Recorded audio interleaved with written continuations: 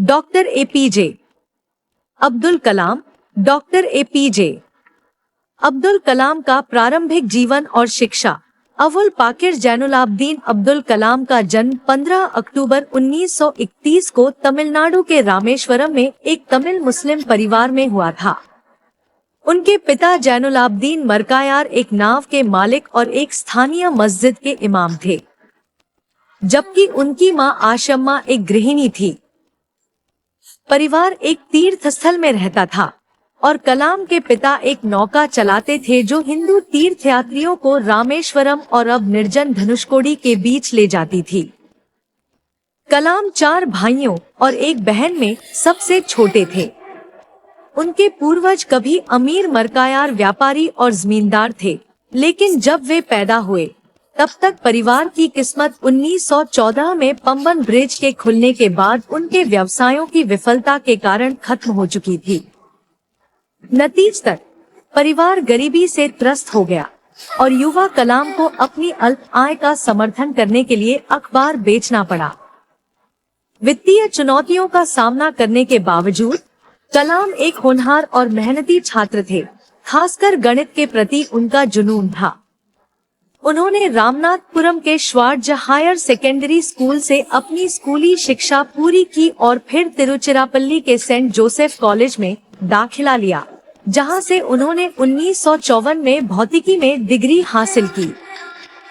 1955 में कलाम Madras institute of technology में aerospace engineering की पढ़ाई करने के लिए मद्रास चले गए।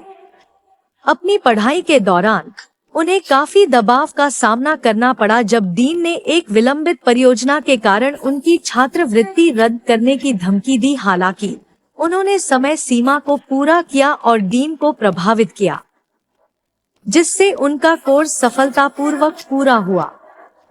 हालांकि वह एक लड़ाकू पायलट बनने की ख्वाहिश रखते थे, लेकिन वे इस अवसर से चूक गए। क्वालिफायर में 9वें स्थान पर रहे, जबकि केवल 8 पद उपलब्ध थे। वैज्ञानिक के रूप में करियर।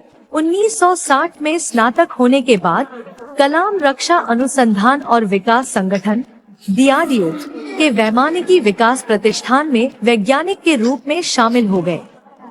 उन्होंने शुरू में एक छोटा होवरक्राफ्ट डिजाइन किया, लेकिन जल्द ही भारतीय अंतरिक्ष अनुसंधान संगठन ISRO में चले गए, जहां उन्होंने विक्रम साराभाई के अधीन काम किया।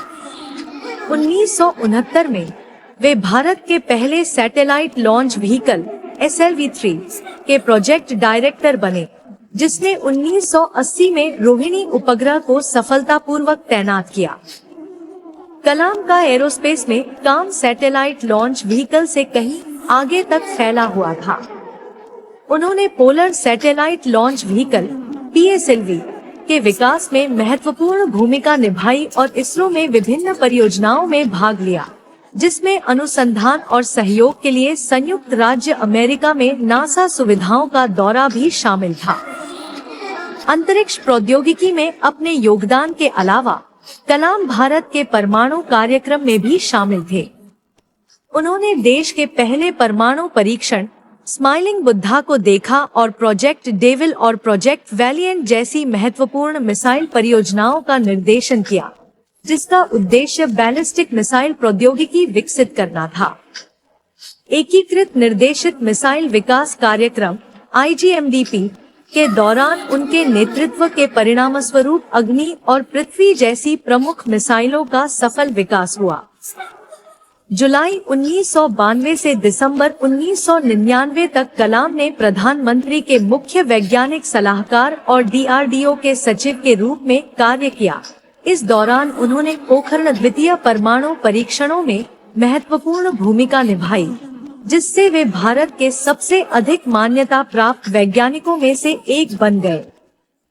रक्षा और अंतरिक्ष प्रौद्योगिकी के क्षेत्र में अपने काम के अलावा कलाम ने हृदय रोग विशेषज्ञ सोमा राजू के साथ मिलकर कम लागत वाला कलाम राजू स्टेंट बनाया और ग्रामीण क्षेत्रों में स्वास्थ्य देखभाल के लिए एक मजबूत टैबलेट कंप्यूटर डिजाइन किया, जिसे कलाम राजू टैबलेट के नाम से जाना जाता है।